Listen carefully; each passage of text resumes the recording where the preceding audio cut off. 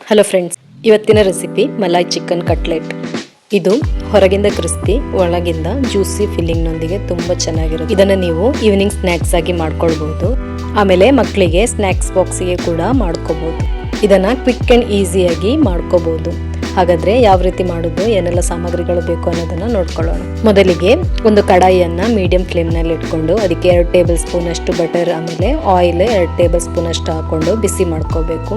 ಬಿಸಿ ಆದ ನಂತರ 1 green chilli ಸಣ್ಣದಾಗಿ ಕಟ್ ಮಾಡಿಕೊಂಡು ಹಾಕ್ಕೊಳ್ಳಿ. ಆಮೇಲೆ ginger garlic paste 1 teaspoon ಅಷ್ಟು ಹಾಕ್ಕೊಂಡು ಸ್ವಲ್ಪ ಹಸಿ ವಾಸನೆ ಹೋಗೋ ತನಕ ಫ್ರೈ ಮಾಡ್ಕೊಳ್ಳಿ.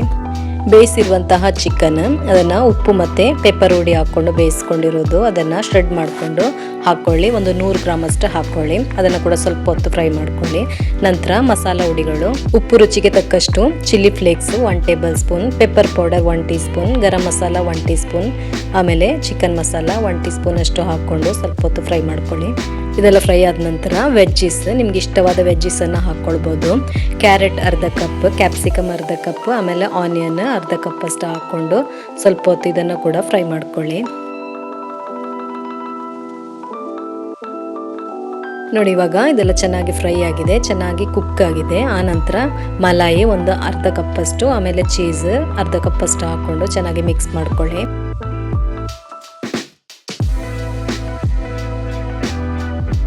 ನೋಡಿ, ಇವಾಗ ಎಲ್ಲ ಚೆನ್ನಾಗಿ ಮಿಕ್ಸ್ ಆಗಿದೆ. ಇವಾಗ ಫ್ಲೇಮನ್ನು ಆಫ್ ಮಾಡ್ಕೋಬೇಕು. ಕೊನೆಯದಾಗಿ ಬೇಯಿಸಿರುವಂತಹ ಪೊಟೆಟೊ ಅದನ್ನು ಒಂದು ಮೀಡಿಯಂ ಸೈಜ್ನಲ್ಲಿ ಇರೋದನ್ನು ಸ್ಮ್ಯಾಶ್ ಮಾಡಿಕೊಂಡು ಹಾಕ್ಕೊಂಡು ಚೆನ್ನಾಗಿ ಮಿಕ್ಸ್ ಮಾಡ್ಕೊಳ್ಳಿ. ಚೆನ್ನಾಗಿ ಮಿಕ್ಸ್ ಮಾಡಿಕೊಂಡ್ರೆ ನಮ್ಮ ಮಸಾಲ ರೆಡಿಯಾಗಿದೆ. ನೋಡಿ, ಇವಾಗ ಇದು ರೆಡಿಯಾಗಿದೆ. ಇದನ್ನು ಒಂದು ಸೈಡ್ನಲ್ಲಿ ಇಟ್ಕೊಳ್ಳೋಣ. ಇವಾಗ ಇದರ ಕೋಟಿಂಗ್ಗೆ ಒಂದು ಸ್ಲರಿಯನ್ನು ರೆಡಿ ಮಾಡ್ಕೊಳ್ಳೋಣ. ಅದಕ್ಕಾಗಿ ಮೈದಾ 3 ಟೇಬಲ್ ಸ್ಪೂನ್ ಅಷ್ಟು, ಮಿಲ್ಕ್ ಒಂದು 1/4 ಕಪ್ ಅಷ್ಟು, ಆಮೇಲೆ ಒಂದು ಮೊಟ್ಟೆ ಅದನ್ನು ಹಾಕ್ಕೊಂಡು ಚೆನ್ನಾಗಿ ಮಿಕ್ಸ್ ಮಾಡ್ಕೊಳ್ಳಿ.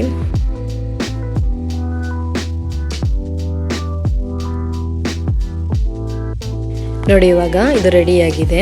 ಆಮೇಲೆ ಇದು ಕ್ರಿಸ್ಪಿಯಾಗಿ ಬರೋದಕ್ಕೆ ಬ್ರೆಡ್ ಕ್ರಮ್ಸ್ ಅದು ಕೂಡ ರೆಡಿಯಾಗಿದೆ, ಮಸಾಲ ಕೂಡ ರೆಡಿಯಾಗಿದೆ. ಇವಾಗ ಒಂದೊಂದಾಗಿ ಮಾಡ್ಕೊಳ್ಳೋಣ. ನಾನಿಲ್ಲಿ ಸ್ಕ್ವೇರ್ ಶೇಪಲ್ಲಿ ಮಾಡ್ತಾ ಇದ್ದೀನಿ. ನೀವು ನಿಮ್ಗೆ ಇಷ್ಟವಾದ ರೀತಿಯಲ್ಲಿ ಮಾಡ್ಕೊಳ್ಬೋದು.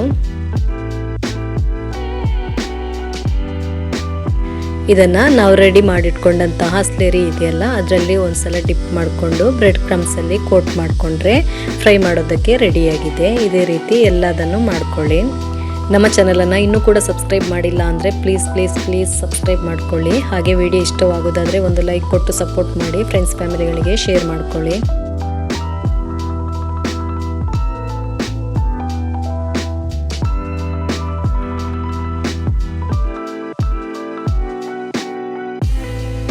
ನೋಡಿ, ಇವಾಗ ಫ್ರೈ ಮಾಡ್ಕೊಳ್ಳೋದಕ್ಕೆ ರೆಡಿಯಾಗಿದೆ. ಇವಾಗ ಫ್ರೈ ಮಾಡ್ಕೊಳ್ಳೋದಕ್ಕೆ ತವವನ್ನು ಮೀಡಿಯಂ ಫ್ಲೇಮ್ನಲ್ಲಿ ಇಟ್ಕೊಂಡು ಸ್ವಲ್ಪ ಎಣ್ಣೆ ಹಾಕ್ಕೋಬೇಕು. ನಂತರ ಒಂದೊಂದನ್ನೇ ಇಟ್ಕೊಳ್ತಾ ಬರೋಣ. ಒಂದು ಸೈಡ್ ಚೆನ್ನಾಗಿ ಫ್ರೈ ಆದ ನಂತರ ತಿರುಗಿಸಿ ಹಾಕ್ಕೊಂಡು ಇನ್ನೊಂದು ಸೈಡ್ ಕೂಡ ಒಂದೇ ಸಮನೆ ಫ್ರೈ ಮಾಡ್ಕೊಳ್ಳೋಣ. ಗೋಲ್ಡನ್ ಕ್ರಿಸ್ಪ್ ಆಗೋ ತನಕ ಫ್ರೈ ಮಾಡ್ಕೊಳ್ಳಿ.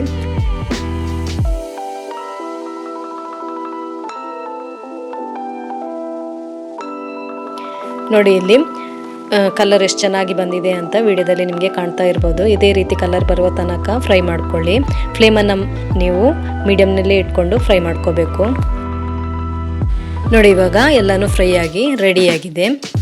ಸಾಸ್ ಅಥವಾ ಮಯೋನೈಸ್ನೊಂದಿಗೆ ಸರ್ವ್ ಮಾಡ್ಕೊಳ್ಬೋದು.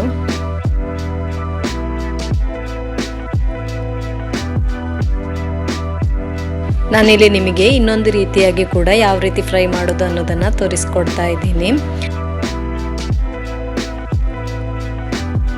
ಸೇಮ್ ಮಸಾಲವನ್ನು ಉಪಯೋಗಿಸಿಕೊಂಡು ಇನ್ನೊಂದು ರೀತಿಯಾಗಿ ಕೂಡ ಫ್ರೈ ಮಾಡ್ಕೋಬೋದು. ನಾನಿಲ್ಲಿ ವಿಡಿಯೋದಲ್ಲಿ ತೋರಿಸ್ತಾ ಇದ್ದೇನೆ ನೋಡಿ. ಸ್ಟಿಕ್ ಉಪಯೋಗಿಸಿಕೊಂಡು ಈ ರೀತಿ ಮಾಡ್ಕೋಬೋದು. ನೋಡಿ, ಅದೇ ಮಸಾಲ ಅದೇ ಡಿಪ್ ಮಾಡಿಕೊಂಡು ಅದೇ ಥರ ಬ್ರೆಡ್ ಕ್ರಮ್ಸಲ್ಲಿ ಕೋಟ್ ಮಾಡಿಕೊಂಡು ಫ್ರೈ ಮಾಡ್ಕೋಬೋದು. ಇದನ್ನು ನೀವು ಡೀಪ್ ಫ್ರೈ ಮಾಡ್ಕೋಬೇಕು. ನೋಡಿ, ಇವಾಗ ಈ ರೀತಿಯಾಗಿ ರೆಡಿಯಾಗಿದೆ. ಇದನ್ನು ಫ್ರೈ ಮಾಡ್ಕೊಳ್ಳೋಣ. ಮೀಡಿಯಂ ಫ್ಲೇಮ್ನಲ್ಲಿ ಇಟ್ಕೊಂಡು ಒಂದು 4 ರಿಂದ 6 ನಿಮಿಷ ಫ್ರೈ ಮಾಡಿಕೊಂಡ್ರೆ ಇದು ಕೂಡ ರೆಡಿಯಾಗಿದೆ. ಇದನ್ನು ಸಾಸ್ ಅಥವಾ ಮೈನಸ್ನೊಂದಿಗೆ ಸರ್ವ್ ಮಾಡ್ಕೊಳ್ಬೋದು. ನೀವು ಒಮ್ಮೆ ಟ್ರೈ ಮಾಡಿ ನೋಡಿ. ಹಾಗಾದರೆ ಮುಂದಿನ ವಿಡಿಯೋದಲ್ಲಿ ಸಿಗೋಣ.